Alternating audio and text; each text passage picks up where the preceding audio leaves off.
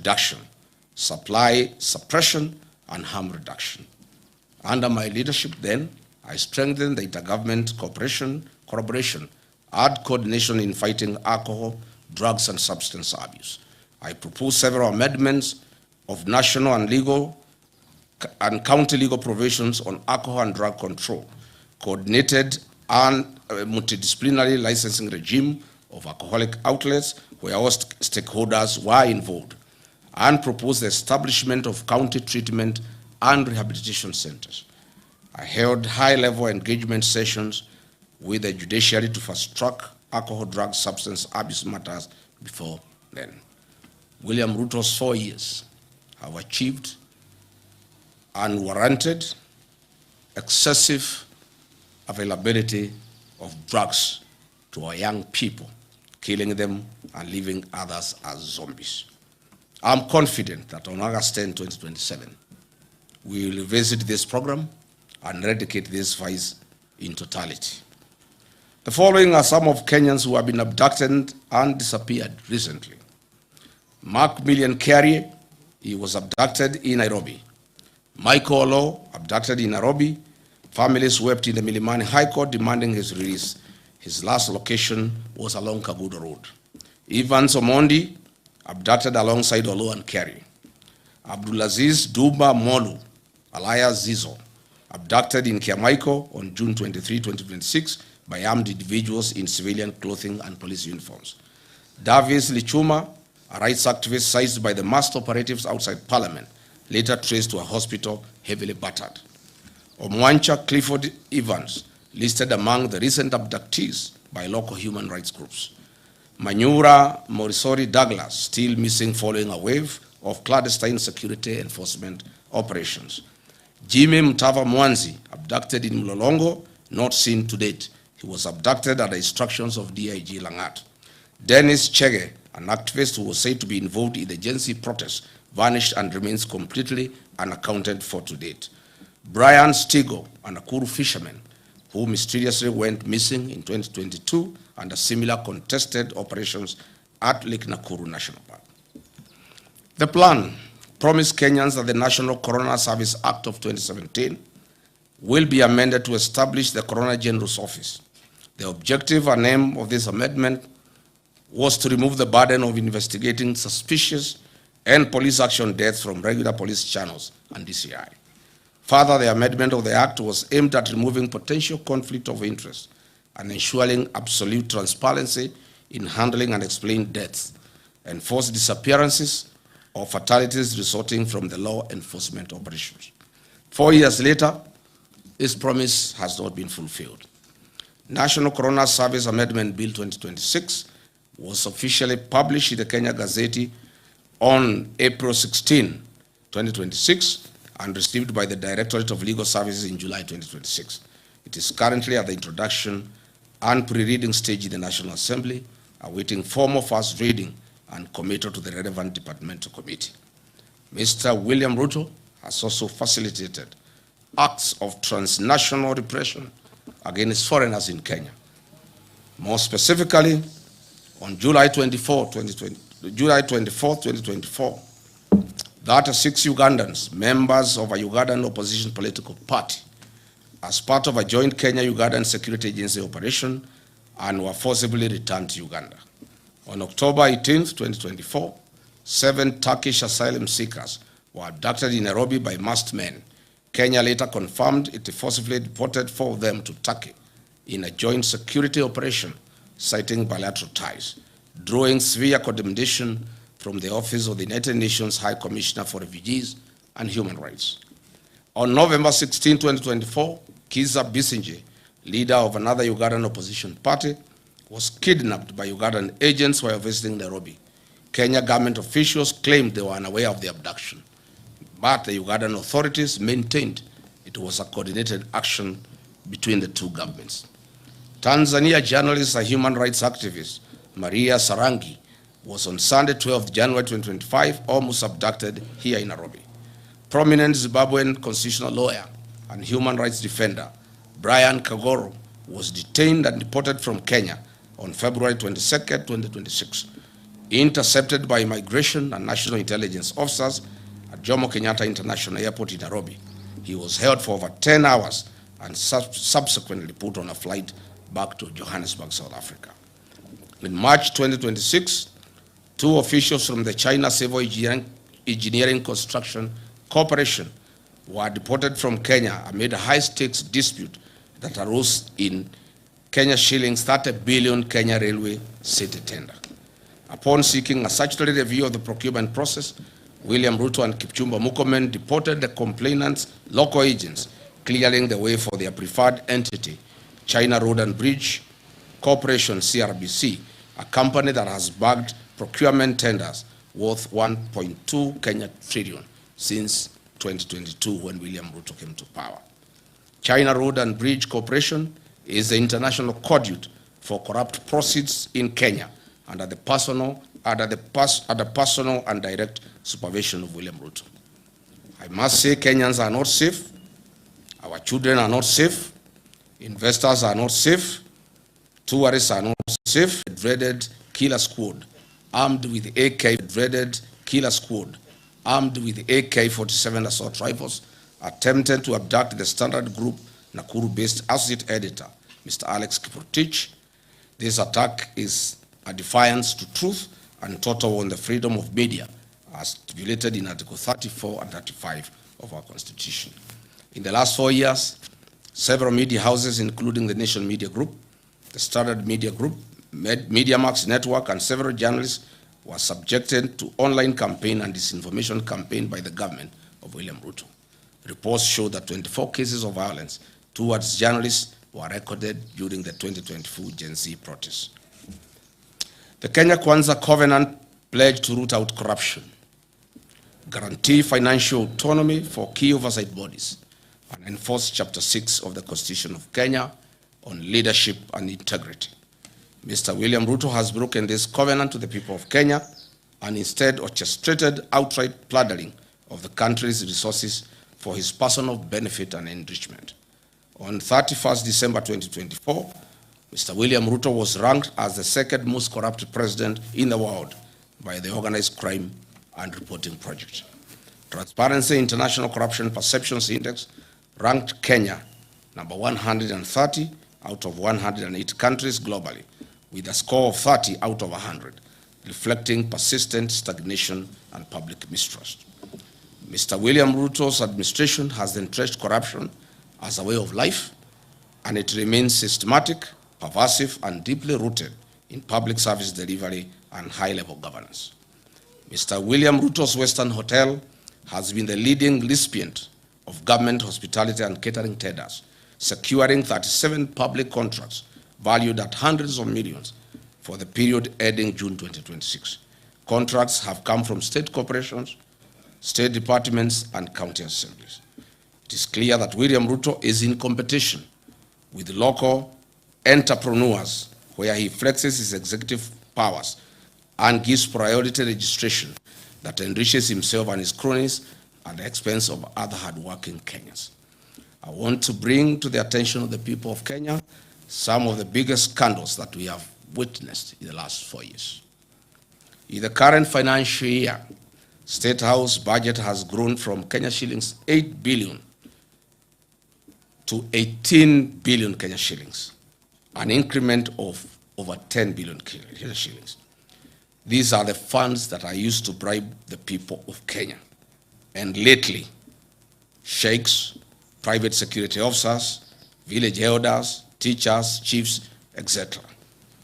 Under the e-Citizen, a special audit report by the Office of the Auditor General exposed major financial and governance weaknesses, noting that over Kenya shillings 11 billion in collections lacking clear documentation or routed through non-designated accounts alongside irregular payments to private entities.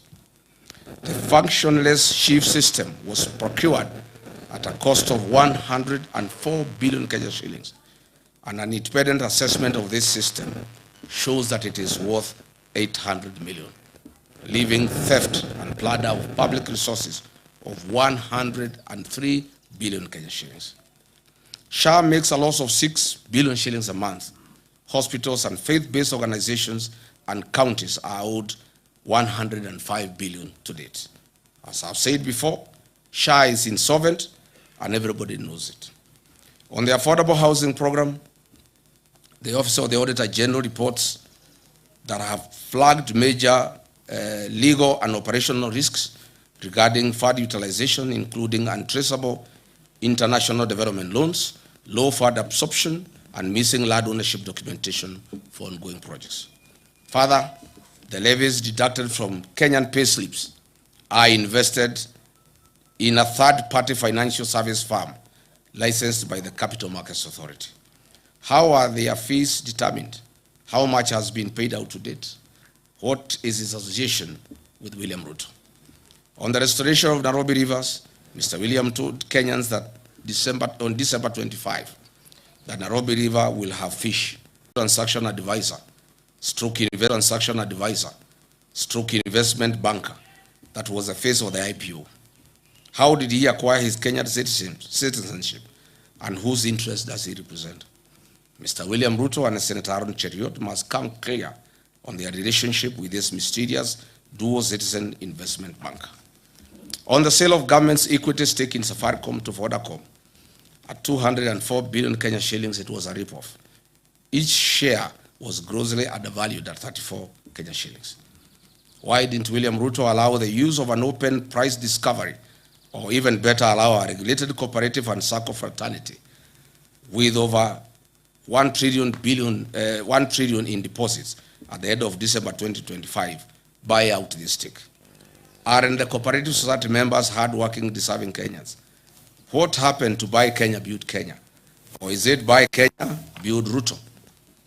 Other national assets, such as the new KCC, Kenya Ports Authority, Communication Authority of Kenya, Universal Service Fund, has recently approved the transfer of 45 billion Kenya shillings to the National Intelligence Service, allegedly for the procurement of an ICT system whose market value is only 2.5 billion.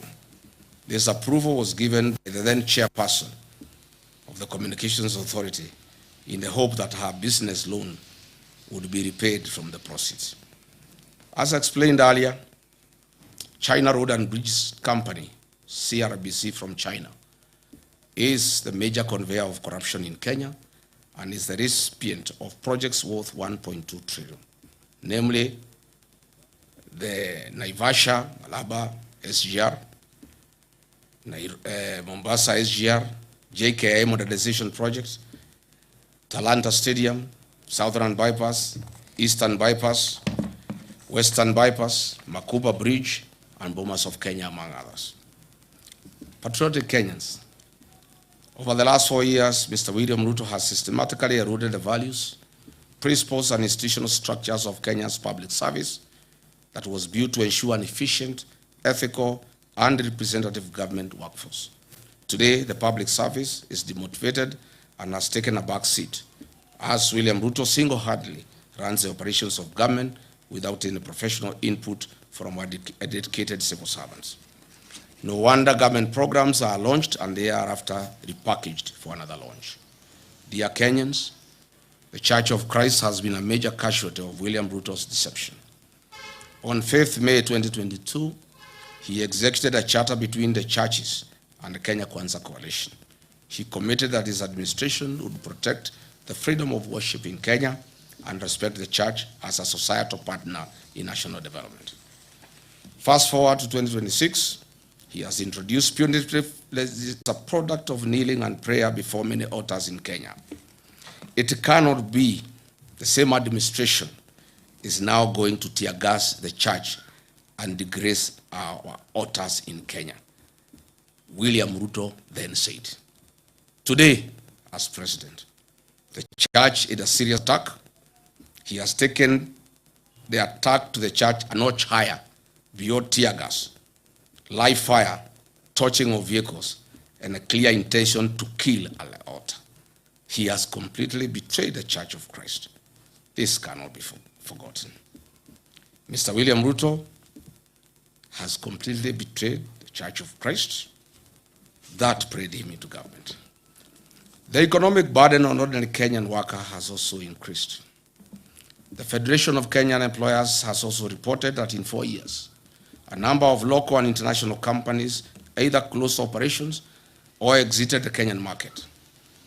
These include TMC Motors, based Titanium, Nakumat, Trigger Industries, Dilaru, Jumia Foods, and Hilton Hotels. Today, households continue to experience severe financial squeeze due to cumulative tax charges, high utility costs, transport costs, and a stagnant job market that has limited formal opportunities. While in office as Deputy President of the Republic, I championed the restoration and the recognition of prior learning program as an avenue to increase opportunities and income for non-certified but skilled Kenyans that are the providers of goods and services that we consume as a nation. Further, I developed a framework of cooperation and engagement between Nairobi City County Government, Nairobi County Traders, KRA, Anti-Counterfeit Authority, and the Kenya Bureau of Standards. The objective of the framework was to A, provide a platform for resolution of disputes arising out of trading activities and the informal sector, foster goodwill, cooperation, and consultation between the parties, recognize the importance of collaboration in achieving shared goals in the informal sector, and promotion and improvement of the well-being of traders and their micro, small, medium enterprises. What happened? As soon as I left office, William Ruto and Nairobi City Governor Johnson Sakaja abandoned this framework. You all remember that on 8th August 2022, a liter of super petrol retailed at 159 shillings. A liter of diesel retailed at Kenya shillings 140. As we speak today, the price of super petrol is 214 Kenya shillings and diesel 222.86 for a liter of diesel, representing an increase of 34.05% and 59.18% respectively. Kenyan worker loses between 45. Coupled with the rising cost of petroleum products, the Kenya Kwanza covenant to put money into people's pocket is nothing but a pipe dream. If anything, Mr. William Ruto has achieved the complete opposite and has taken money out of Kenyans' pockets, leaving them with a reduced need 18 billion Kenya shillings for 12 months. These funds could be used to subsidize rising fuel and food costs for the benefit of Kenyans. Or better still, these funds can be used to ensure farmers in arid and semi-arid lands have access to clean water for domestic purposes, farming, and for their livestock. Patriotic Kenyans, Mr. William Ruto promised to build a disciplined, transparent citizens. The tax burden has increased significantly. Households have experienced reduced disposable income while facing higher prices for food, fuel, electricity, and other basic commodities. On the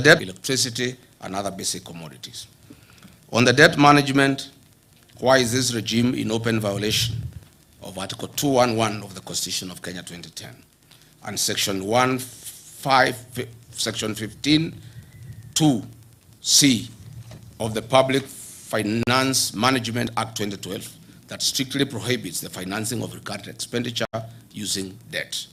Looking back, we know that the Grand Coalition government borrowed an average of 200 billion shillings annually. The Jubilee government of Uhuru Kenyatta borrowed an average of 700 billion shillings annually. This regime of William Ruto borrows an average of 1.4 trillion annually with no corresponding development.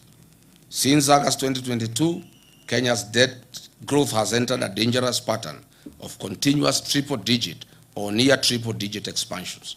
As we speak today, every citizen of Kenya and every child born as of this morning has a debt of Kenya shillings 221,000. This country has a debt of 13.02 trillion, up from Kenya shillings 8.6 trillion in August 2022 when William took over. Mr. William Ruto has borrowed in excess of 5 trillion over the last 4 years. This regime on a borrowing spree borrows an average of 3.5 billion Kenya shillings daily and steals 3 billion shillings daily. Why borrow to steal? On average, this government steals through constraints. The strengthening, devolution, and improving through constraints. The strengthening, devolution, and improving the timely disbursement of funds was at the core of the Kenya Kwanza Covenant with the people of Kenya. Once again, this promise has been broken. Patriotic Kenyans, ladies and gentlemen, measured against the promise to lower the cost of living, improve access to affordable credit, and strengthen small businesses, the evidence presented suggests that many Kenyans have yet to experience the relief that was promised. Mr. William Ruto made an ambitious commitment to the people of Kenya. The promise was to place young people at the center of Kenya's economic transformation and restore hope to millions of young people seeking meaningful work. The population of Kenya is 75% youthful. The African Union has long urged African countries to harness this demographic dividend by investing in young people. It is therefore fitting that we assess one of the administration's flagship commitments, expanding credit opportunities to Kenyans' youth. The Kenya Kwanza administration promised to establish a 50 billion hustler fund to provide affordable credit to mama mboga, boda operators, mkokoteni operators, and other small-scale entrepreneurs. This commitment was to ease financial constraints, promote enterprise, and improve the livelihoods of ordinary Kenyans. Mr. William Ruto established the Hustler Fund, whose head and tail cannot be traced. As it were, the financing programs intended to support micro, small, and medium enterprises. The Hustler Fund is said to have disbursed 87 billion Kenya shillings to 28 million people. What a paradox. What a lie. I am yet to hear of anyone Kenyan saying that they have expanded their business courtesy of the Hustler Fund. Limiting the disbursement of funds to registered cooperatives would have probably made a greater economic impact and would have reduced the mobile loan default rate that is very high. I have raised fundamental questions on the effectiveness of the Hustler Fund in meeting its stated objectives. The truth of the matter is the high rate of loan defaults and low loan disbursements, in many instances 500 shillings, are insufficient to establish or grow a sustainable business venture anywhere in the country. This is simply a lost cause and was a fraud. 4 years ago, Kenyan women were promised dignity, economic empowerment, and their welfare. 4 years later, the women continue to experience economic hardships occasioned by a high cost of living, increased medical and education costs, and an unsustainable credit framework under the Hustler Fund and Women Enterprise Fund. The discontinuation of projects such as Linda Mama and Edu Afi this into a conduit to steal public land and be the sole supplier of construction inputs, cement, steel, tiles, nails, and MDF panels that manufactures factories he has bought and acquired. The Affordable Housing Fund has collected over $1 billion since its inception. The State Department of Housing and Urban Development has conveniently ensured a low absorption rate of roughly 25% due to the staggered nature of construction phases and investments of proceeds in treasury bills, boards through CDN Bank. CDN Bank is today classified as Tier 2 medium-sized bank. It has graduated from Tier 3 status after achieving a market share of over 1% driven by deposits mobilized from government of Kenya state corporations, Social Health Authority, Nairobi City County Government, and the Affordable Housing Fund levies. CDN Bank is worth 95 billion in asset value, Kenya shillings 74 billion in customer deposit, and a reported 1.7 billion net profit in the year ending 2020. The reason why CDN Bank deposits have incidency. He would establish a quasi-judicial public inquiry to establish the extent of cronyism and state capture in the nation and make recommendations. Unfortunately, over the last 4 years, Mr. William Ruto himself has captured the state. was out of business. Was out of business. Contractors are out of business. Traders are out of business. William Ruto has captured all businesses and he is in competition with the Kenyans that he leads. He has used his office to flex muscles on traders. Where he has not pushed, his cordued CRBC has come in. Mr. William Ruto has investments in virtually every sector of Kenya's economy, namely banking and finance through CDN Bank, investment banking through Rock Investment Bank, a CMA license issued in 2026, and is the fund manager of NSSF and PSSF pension funds, insurance through Amaco, capital markets through ZD platform, hospitality through Weston Hotel and Leeds Caraton in the Mara, cement through the various companies that he bought, including Baburi and East African Portland Cement, betting through SportsPesa, Sportbet and Betika, aviation through Kwale Island Development, healthcare through Nairobi West Hospital, telecommunication through East African Device Assembly Limited, oil and energy through Gulf Energy and oil marketing companies, energy gas through Taifa Gas, construction, farming, currency security, he has recently bought Daru, transport, he has even gone into the matatu in business. He now has over 100 matatus in Nairobi, agriculture, poultry, minerals, gold prospecting in Amboseli, Logorian, Transmara, DRC, including in Darfur. Literally, all business people in Kenya have been driven out of business by William Ruto. The Parliament of Kenya has failed in its legislative oversight and representative role.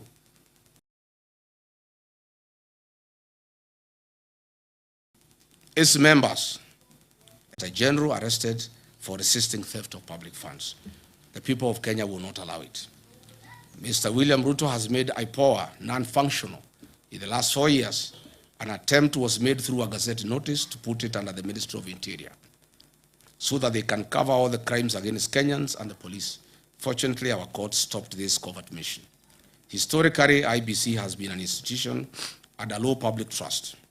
We have also noted the recent changes in the ownership of Delaru, Kenya, and Kenyans are keenly watching the space to establish whether they want to print currency for bribing voters in a forthcoming general election. Allow me to give two practical examples of how William Ruto has captured institutions. I'll use IPOA and KWS as examples.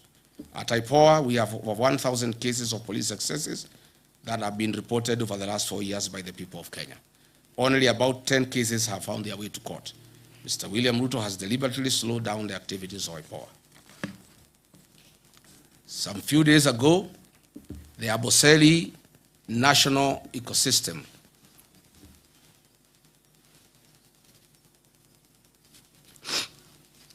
the Amboseli National Park Ecosystem, 15 elephants died and some lions died later. We were cheated that they were died through suspected cyanide poisoning from pesticides. Tell the Kenyans the truth, Mr. William Ruto. Doing cyanide lynching to extract good prospects. And this warning goes to the people of Ikolomani in Kakamega, where Mr. William Ruto is eyeing your gold deposits. Be very careful. Again, the CS for Health issued Gazette notice number 11492 on 30th July 2026 on the mandatory inbound travel health insurance for tourists traveling to Kenya to have travel insurance in Kenya. We know the reason. This is because goons are after tourists in the country, and now they want to force an insurance policy down their throats.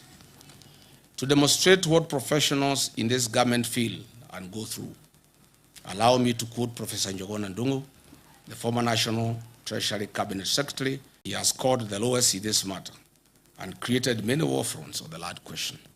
Over the last 4 years, William Ruto and his cronies have been involved in an historic high-level grabbing of land and misuse of public lands. For instance, 2,800 acres have been grabbed by Ruto and his cronies in Kebiko, Kajiado. 6,000 acres of land in Owasso Kidwang in Suswa has been grabbed. 5,000 acres of land, or Kyobo in the Masai, as this land is being grabbed. Egerton Universal Health Insurance Fund, NHIF, with a failed and fraudulent scheme called SHA that has left millions of Kenyans on their own. The discontinuation of Linda Mama and Edu Afya on December 31st, 2023, has left significant gaps in healthcare coverage. In 2022, Edu Afya provided medical cover to 3.4 million secondary school students at an annual cost of 3.2 billion. Today, approximately 4 capital. The William Ruto government inherited landmark education reforms introduced by previous administrations. Primary education launched in 2003, free day secondary education introduced in 2018, that had significantly expanded access to education for millions of Kenyan children. The commitment was not only to preserve these gains, but to build upon them by ensuring adequate capitation, sustainable financing, and improved access to quality education for all. In the words of the third president of the Republic of Kenya, the best president we have ever had, Mzee Mwai Kibaki, and he said, and I quote, "Education is the ultimate means of ensuring an equitable society. Equitable education ensures that every child has a chance to fulfill their potential and rise to the highest level of accomplishment," close quote. 4 years later, the government has caused irreparable instability and confusion in the educational sector. The gains made by the previous administration under free primary education and free day secondary education have been eroded to dust. Secondary school parents now showed a substantially higher education cost, while the level of government capitation has failed to keep pace with inflation and rising operation costs. Further, we have had 2 university financing models in 2 years. Measured against the commitment to strengthen education, protect free basic education, and improve access to higher education, the evidence presented suggests that the sector has experienced significant setbacks, placing greater financial pressure on families and creating uncertainty for learners and institutions alike. Ladies and gentlemen, Mr. William Ruto pledged to invest 250 billion Kenya shillings into the agricultural sector to shift the country from food security to surplus production.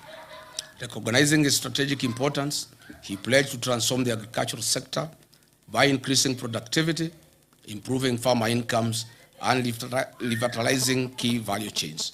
The administration committed itself to revamping underperforming export crops, expanding emerging high-value crops, strengthening the tea value chain, supporting food security, and promoting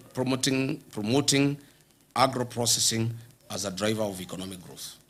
Despite the commitments made, our farmers have experienced increased economic hardship.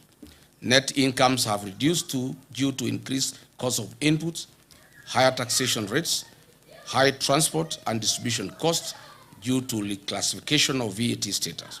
Agriculture continues to receive approximately 2% of the national budget, significantly below the African Union 10% target under the Maputo Declaration. The tea sector has faced considerable challenges over the past 4 years.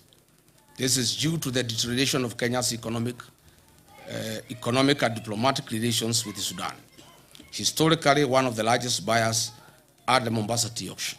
Sudan's annual consumption of Kenyan tea declined from approximately 10.7 million kilograms to about 1.7 million kilograms, leaving substantial volumes of tea unsold. But why has this happened? Mr. William Ruto's appetite for business and money has failed Kenya. His close association with Sudan's RSF warlord, Mr. Hemeti, in illegal trade of gold in exchange for weapons, has reversed the gains we have made. These internationally sanctioned war criminals live in Kenya under state protection and have been issued with diplomatic passports and ID cards by Kipchumba Murkomen. U.S. Senator Jim Risch, chairman of the Senate Foreign Relations Committee, while noting Kenya's NATO ally status, criticized William Ruto during a May 2025 hearing. Senator Risch questioned Kenya's loyalty following its facility. Instead, this farmer has nothing. In fact, Small-scale farmers in Moya and Ahero are currently in court trying to salvage their crop after government gazetted the importation of 490,000 metric tons of rice for importation. Tea farmers are crying. A 0.8% levy has been introduced, and this year's bonus will reduce from 45 Kenya shillings per kilo. Sugarcane farmers in Western Nyanza and Kisii, the government is unable to pay 270 million owed to them. Cane per ton has reduced from 6,500 to 5,000. Dairy farmers who have supplied milk to new KCC have not been paid for 6 months. It is further alarming that the National Agricultural Value Chain Development Program allocation dropped by 54% to 54% from 10.2 billion Kenya shillings in 2025-2026 financial year to 4.7 billion Kenya shillings in 2026-2027 financial year. This is a direct assault on the agricultural value chain in Kenya. As Deputy President, I initiated progressive reforms in the agricultural sector that increase returns for tea, coffee, dairy, and other cash crops. Through my efforts, we negotiated an 8 billion debt waiver for coffee farmers that was suspended as soon as I left office. More can and more will be done once we form government on August 10 next year.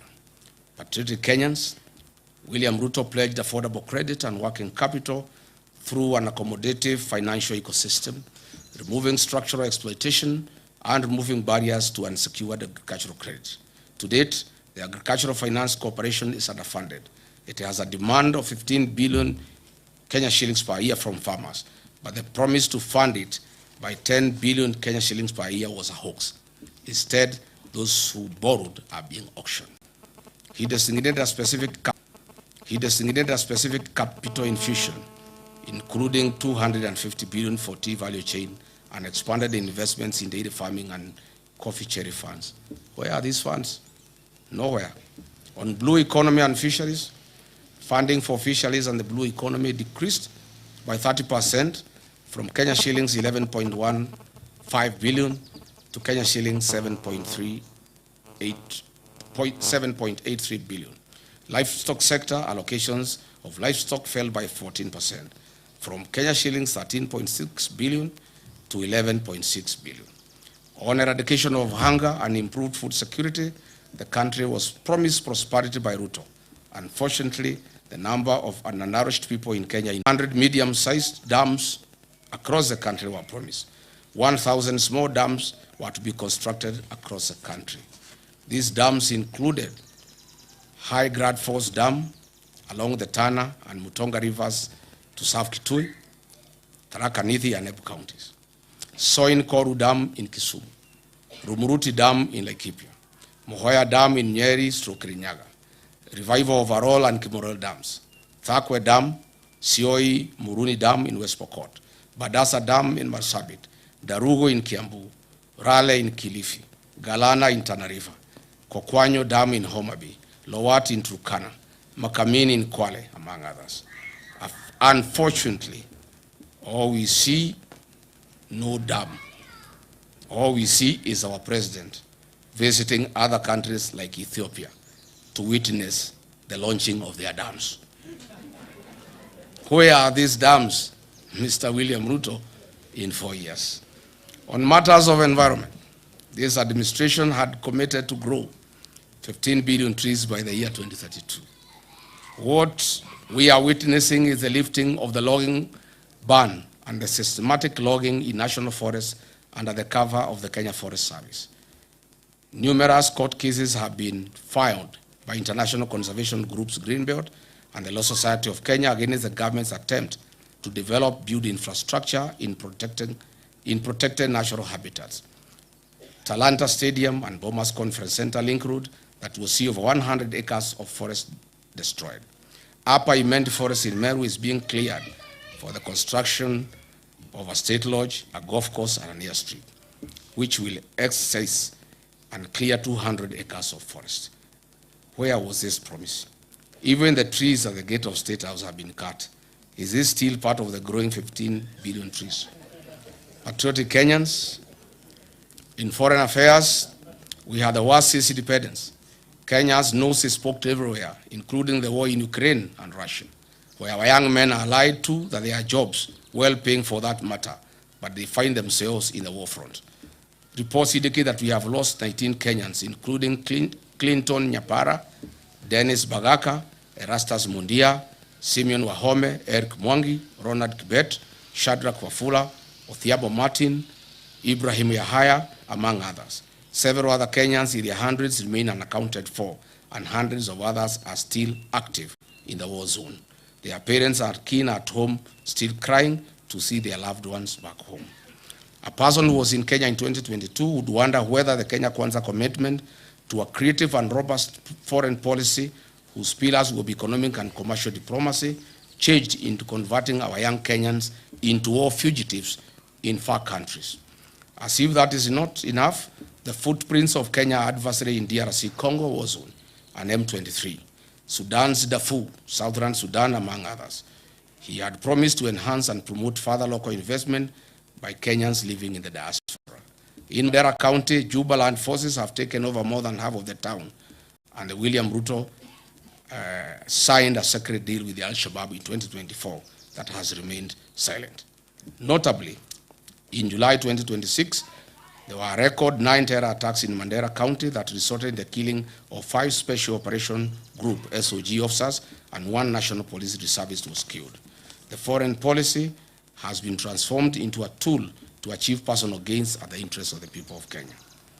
Fellow Kenyans, now let us move in and ask Mr. William Ruto the hard questions he deserves. But before that, let me give credit to where it is due. There is one promise Mr. William Ruto made to the people of Kenya, and he has delivered 100%. Congratulations, Mr. President.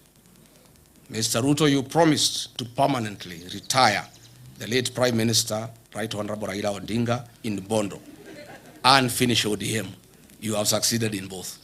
Odinga is permanently retired in Bondo and ODM is no more. There are many prominent deaths that have occurred in Kenya and they have not been resolved. Kenyans want to know what happened to Raila Odinga. Why were the medical doctors of the late Prime Minister denied access to him at the last hours? Why did he have doctors from Nairobi West Hospital, a hospital closely associated with William Ruto, than his own doctors?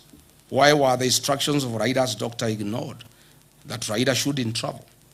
Raila Odinga was a respecter of Luo traditions and custom. How could a person known respecter of Luo traditions and customs indicate that he should be buried in 72 hours against all known Luo traditions and customs?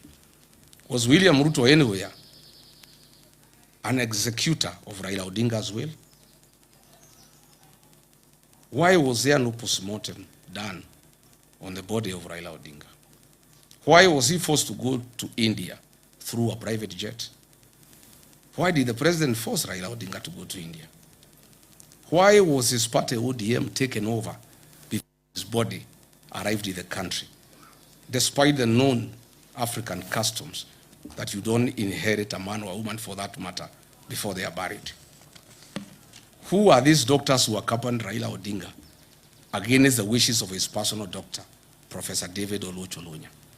These are hard questions that Kenyans want to know. On the death of Honorable John Ngeno, the late MP,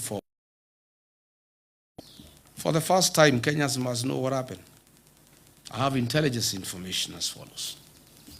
On the fateful day after Ngeno was dropped at Edebes, the helicopter went to fuel in Eldoret. The pilot didn't know the fuel he was about to put in had been transported to the scene from Lodwar. High alert Kenya Revenue Official on this fateful date. We are still waiting for a report on what killed Johanna Ngeno. We must not forget about our gallant General Francis Ogola, the decorated top gun who had a stellar 40-year career in the military and perished in 2024 in an air crash. Unfortunately, to date, Mr. William Ruto, the Commander-in-Chief, has failed to release the aircraft accident investigation report to the country. Kenyans are demanding for answers. General Ogola was not an ordinary citizen. He died in active duty and service to the nation. Mr. William Ruto, what do you know about General Francis Ogola's death? A major commitment, and isn't this evident? But Kenyans were told that the answer lay in article. It too has failed to deliver the hope, unity, and reforms that were promised. Thereafter came the 10-point agenda, presented as a renewed roadmap to rescue the country. It has equally failed to change the trajectory of our nation. In failing the plan, the administration has failed to keep Kenya on the development path envisioned under Kenya Vision 2030. The question before the people of Kenya is therefore simple. If the author of the plan could not deliver the plan, if NADCO has failed to provide solutions, if the 10-point agenda has failed to change the country's direction, what reason do Kenyans have to expect a different outcome after 2027? You have all heard William Ruto constantly accusing the opposition of having no plan. I ask Kenyans instead to look at his track record. He came up with a bottom-up economic plan. As we have seen, it has failed. He came up with the NADCO. He has failed to deliver. He came up with the 10-point agenda. He has failed to deliver. He came up with the Singapore. It has failed. And now, before he has honored a single promise and his commitments, he is now asking us to believe and trust him to come up with another plan, Vision 2060, or the way he is calling, Beyond Vision 2030. Plan after plan, promise after promise, each one designed to distract from the fact that there has been no implementation of the last. From bottom up to Singapore, to Vision 2060 or Beyond Vision 2030, William Ruto has mastered the language of plans. Whenever he is asked to account for what he has actually done, because he has no answer, he simply points to the next horizon. The harsh truth is he does not have the capacity to deliver. You cannot fail today and ask us to trust you tomorrow for some distant, far future engagement. Based on your performance, Kenyans don't want to hear about Vision 2030 or Beyond 2030. They want to know one thing. What will you deliver in the 364 days between today and the next election? Of all the promises you have already made, which ones can we expect you to keep? That will be your marking scheme 1 year from today. And Kenyans are doing you a favor. They are letting you set that marking scheme yourself. They are not making their own demands. They are just using your own commitments as the standard. So when the day comes, you should have nothing to complain about. Leadership is judged by results, not by promises. Governments earn another term through performance, not through visions and persuasion.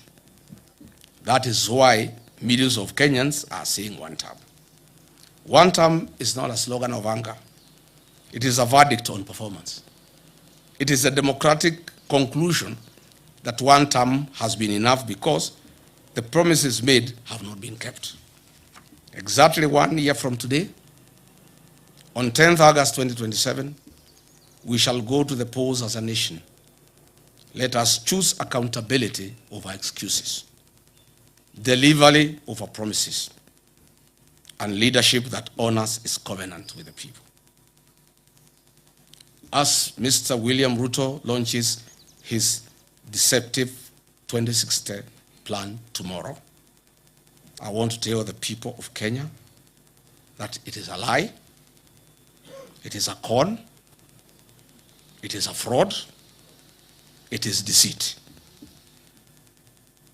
I urge all Kenyans from across the country to join in the liberation struggle that kickstarts his 364-day action plan to restore the dignity of our beloved motherland. As William Ruto launches his lie and deception tomorrow, I lead the people of Kenya in launching today a 364-day action plan to restore the dignity of our beloved motherland, Kenya. May God bless you. May God bless the Republic of Kenya. Thank you.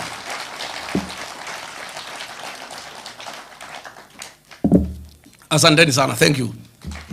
Ladies and gentlemen, His Excellency the Second Deputy President, State of the Nation Address. Jamani, makofi tunapoendelea kuzingatia maendeleo katika nchi yetu, kuendeleza uongozi wa ukweli na uongozi ambao umeajibika. Studio, tukiwa hivyo tutasalia kusimama tucheze wimbo wa taifa.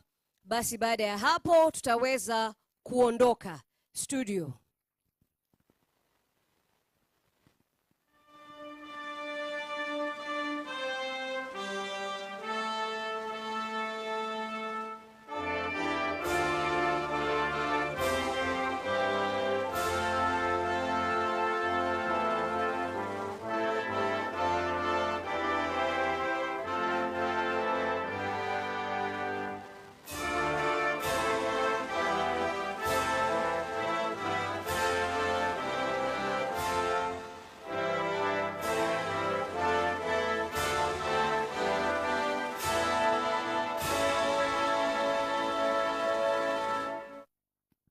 Asante, Your Excellency will lead us. Sote tutasalia kusimama, kisha baadaye tunaweza ondoka kwa hiari.